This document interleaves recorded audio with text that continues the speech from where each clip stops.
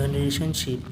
Generation ship एक ऐसा hypothetical spaceship है जिसमें हम इंसान लंबे समय तक रह सकते हैं और स्पेस को एक्सप्लोर कर सकते हैं। क्योंकि जैसे कि आपको पता ही होगा, आज के टेक्नोलॉजी के हिसाब से हम नियरेस्ट स्टार अल्फा सेंचुरी, जो कि हमसे 4.37 लाइट ईयर दूर है, वहाँ जाने में ही हमें 30 से 40 हज़ार साल का समय लग जाएगा। तो सोचो, हमें हमारा गैलेक्सी ही एक्सप्लोर करने में कितना समय लग जाएगा। आपकी जानकारी के लिए बता दूं, हमारा मिल्की वे गैलेक्सी 1 लाख लाइट ईयर में फैला हुआ है। तो सोचो हम कैसे एक्सप्लोर करेंगे हमारी गैलेक्सी को। बट जनरेशन शिप हमारा तब भी मदद कर सकता है सरवाइव करने में जब हमारा पृथ्वी को बहुत ज़्यादा खतरा हो, जैसे कि कोई विशाल मीटियोर्स या फिर कोई डेंजरस नेचुरल डिजास्टर जिससे पूरे पृथ्वी ही खत्म हो जाए। तो चलिए यहाँ हम हमारी जनरेशन शिप से हमारा सफ़र शुरू करते हैं हैबिटेबल प्लैनेट की ओर, जो कि हमसे 4.2 लाइट ईयर दूर है। तो इस सफ़र में किस किस तरह का चैलेंजेस हमें फेस करना होगा और किस तरह से हम यहाँ रहेंगे, तो आइए इन सभी सवालों का जवाब जानते हैं इस वीडियो में।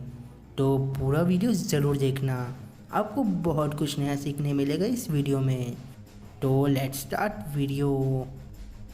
तो यहाँ हमारा जनरेशन शिप कुछ इस तरह का होगा, जो कि बहुत ज़्यादा मैसिव और एडवांस टेक्नोलॉजी से लैस होगा, जिसमें एटलीस्ट 1000 लोग रह सके और अपने आने वाले जनरेशन को सरवाइव करा सके इस जनरेशन शिप में। इस जनरेशन शिप का जर्नी टाइम पीरियड होगा 200 to 500 ईयर्स। तो let's start our journey. Generation ship का जर्नी टाइम बहुत लंबा होता है। तो यहाँ आपको ट्रैवल करने के लिए आपका हेल्थ कंडीशन बहुत अच्छा होना चाहिए, क्योंकि ज़ीरो ग्रेविटी में अक्सर देखा गया है एस्ट्रोनॉट को बहुत से हेल्थ इशू का सामना करना पड़ता है शुरुआती समय में। इसी की वजह से जनरेशन शिप में एंटी ग्रेविटी का टेक्नोलॉजी होना बहुत ज़रूरी है। लेकिन ग्रेविटी प्रोड्यूस करने के लिए बहुत सी एनर्जी की ज़रूरत पड़ती है, इसलिए एंटी ग्रेविटी थोड़ा टाइम के लिए ऑन रहेगा और थोड़ा टाइम के लिए ऑफ। इससे बैलेंस बना रहेगा ह्यूमंस सर्वाइविंग के लिए। जो भी ह्यूमंस जनरेशन शिप में होंगे उनके लिए जनरेशन शिप ही पूरा दुनिया होगा। लेकिन शिप में आने वाली जनरेशन पृथ्वी को भूल न जाए, इसलिए उनके एजुकेशन इंस्टीट्यूट में पृथ्वी को लेकर अलग से सब्जेक्ट होगा, जिससे उनको पृथ्वी के बारे में सब कुछ पढ़ाया जाएगा, जैसे कि किस तरह का प्लेनेट है ये, किस तरह से लोग यहाँ रहते हैं, किस तरह का कल्चर होता है पृथ्वी पर, और लास्ट में इन्हें उनके मिशन के बारे में याद दिलाया जाएगा इस सब्जेक्ट में। अगर जनरेशन शिप के स्टडी के सब्जेक्ट की बात किया जाए तो उन्हें जनरेशन शिप के रिगार्डिंग ही सब्जेक्ट पढ़ाया जाएगा, जैसे कि ship operating, technical, space agriculture और शिप के वेरियस डिपार्टमेंट का सब्जेक्ट होगा, क्योंकि यही लोग जनरेशन शिप को आगे जाकर संभालने वाले हैं। जनरेशन शिप में यही उनके लिए करियर ऑप्शन होगा। वो अपने मन मुताबिक कोई डिफरेंट करियर नहीं चूज़ कर सकते जनरेशन शिप में, और यही education generation to generation pass भी होगा जब तक वो लोग अपने मंजिल पर नहीं पहुंच जाते। जनरेशन शिप में आपसी तनाव एक बहुत बड़ा प्रॉब्लम बन सकता है, क्योंकि वो लोग के पास स्टडी और शिप की जिम्मेदारी के अलावा और कुछ नहीं होगा। तो इसी से बचने के लिए जनरेशन शिप में बहुत से अर्थ का एंटरटेनमेंट का सोर्स इस्टेब्लिश होगा, जैसे कि मूवीज़, वेब सीरीज़ वगैरह वगैरह। मैं तो बोलता हूँ जनरेशन शिप में पूरा यूट्यूब का वीडियो ही कॉपी पेस्ट करके लेकर जाना चाहिए, तो वो लोग एटलीस्ट 60,000 साल तक बोर नहीं होंगे। बट हमारा सफ़र तो 500 साल का ही होगा, राइट? तो कोई नहीं यार, हम ये सभी वीडियोस हैबिटेबल प्लैनेट पर जाकर देखेंगे, क्योंकि YouTube पर बहुत से नॉलेजेबल वीडियोस हैं जो कि उन्हें हैबिटेबल प्लैनेट को वेल मेंटेन रखने में बहुत मदद करेगा। अब आप सोच रहे होंगे जनरेशन शिप में और भी तो बहुत सारे काम होगा ना एंटरटेनमेंट के अलावा। हाँ, मैं मानता हूँ, बट हम ह्यूमंस इस तरह से इवॉल्व नहीं हुए हैं कि हम लगातार काम करते रहे, क्योंकि हमें रेस्ट की भी ज़रूरत होती है।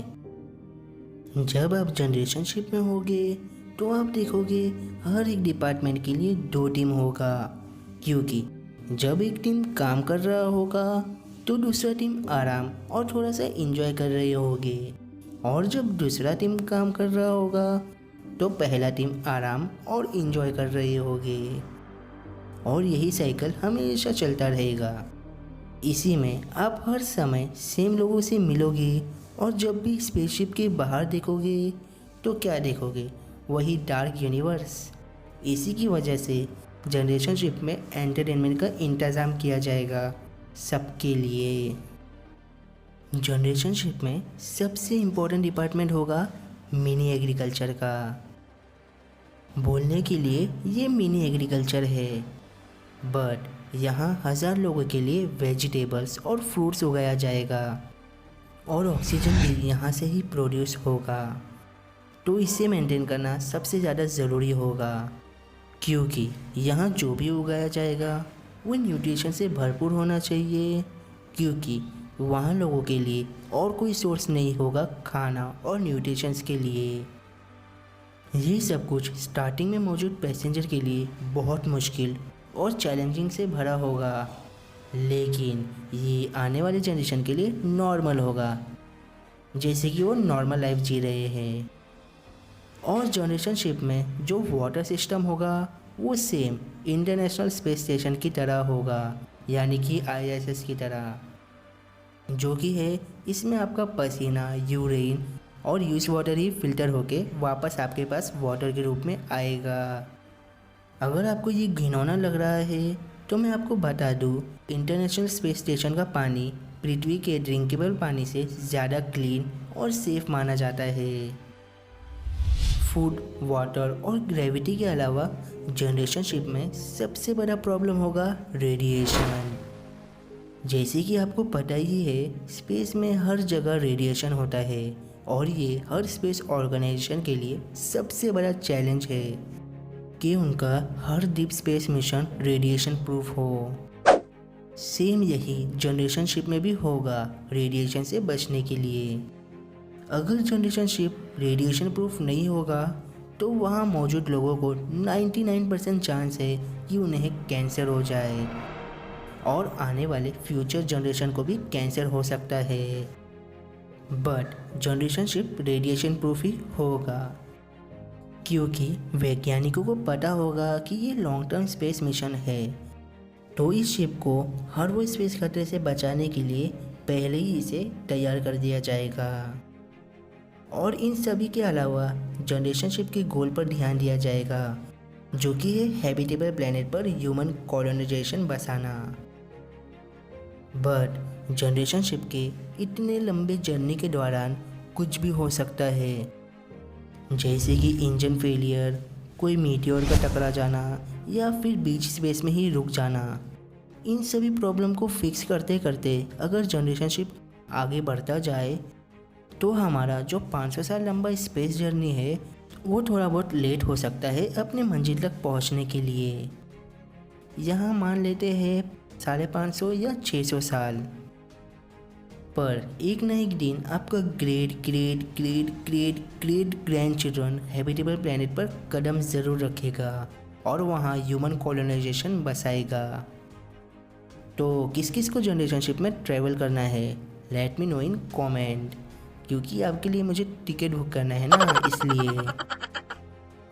लेकिन क्या हो अगर हम सुपर अर्थ पर जनरेशन शिप से पहले ही पहुंच जाए। ये वीडियो आपको आई कार्ड और एंड स्क्रीन पर मिल जाएगा। इस वीडियो में आपको सुपर अर्थ के बारे में बहुत कुछ जानने मिलेगा, तो ये वीडियो भी ज़रूर देखना। तो आज का क्वेश्चन है, जनरेशन शिप में सबसे ज़्यादा ज़रूरी क्या है?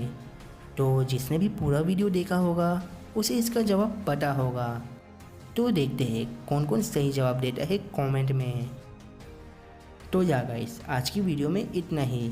अगर आपके पास कोई इंटरेस्टिंग टॉपिक है तो मुझे कमेंट करके बताओ, मैं आपके टॉपिक पर वीडियो ज़रूर बनाऊंगा। और हाँ गाइस, लास्ट में जाते जाते इस वीडियो को अपने क्यूरियस फ्रेंड्स और फैमिली के साथ भी शेयर कर दो, ताकि उन्हें भी पता चले एक्सपीरियंस जनरेशनशिप में रहने का।